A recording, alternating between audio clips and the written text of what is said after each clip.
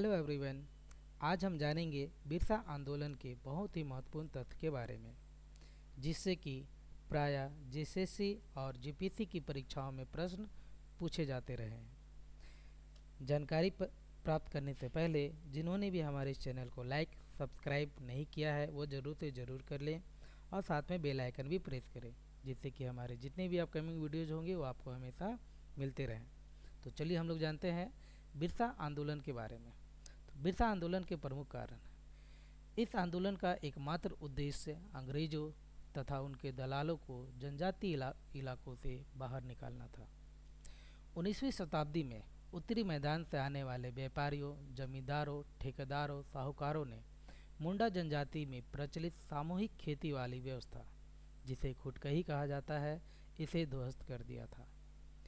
बैठ बेगारी व्यवस्था को प्रचलित कर मुंडा जनजाति का शोषण किया जाने लगा। लुथेरियन, एंग्लिकन और कैथोलिक मिशनरियों ने मुंडाओं की भूमि संबंधित समस्याओं के समाधान का लालच देकर धर्म में परिवर्तित करना प्रारंभ कर दिया। घटनाक्रम 1895 में बिरसा ने धार्मिक स्तर पर लोगों को संगठित करना प्रारंभ कर दिया और अपने आप को सिंह बोंगा का दूत घोषित किया। 1895 में ब्रिटिश सरकार के विरुद्ध संयंत्र रचने के आरोप में उन्हें 2 वर्ष की सजा हुई। 1897 में क्रिसमस की पूर्व संध्या पर विद्रोह का ऐलान, ठेकेदारों, जागीरदारों, राजाओं, ईसाइयों का कत्ल का ऐलान शुरू हो गया। बिरसा के आह्वान पर लगभग 6000 मुंडा पारंपरिक हथियारों से लैस होकर बिरसा के साथ हो गए। रांची और सिंहभूम जिले के पुलिस स्टेशनों और चर्चों पर आक्रमण किया गया। सैल रकाब पहाड़ियों पर विद्रोहियों की पराजय हुई।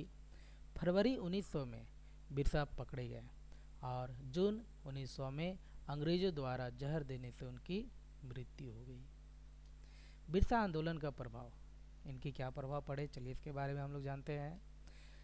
इस आंदोलन के कारण जनजातियों के प्रति अंग्रेजों को अपनी नीतियों में परिवर्तन करना पड़ा। 1902 से 1903 में छोटा नागपुर इलाकों में ज़मीनों की नाप जोख पुनः कराई गई तथा 1908 में सीएनटी डैट मीन छोटा नागपुर टेनेंसी एक्ट, जिसे हिंदी में छोटा नागपुर काश्तकारी अधिनियम कहा जाता है, इसे पारित कर स्थानीय व्यक्तियों को कुछ सुविधाएं प्रदान की गई। खुटकही प्रथा, जो कि सामूहिक खेती की परंपरा होती है, इसको पुनः अनुमति दी गई। यह प्रथा फिर से शुरू हो गई।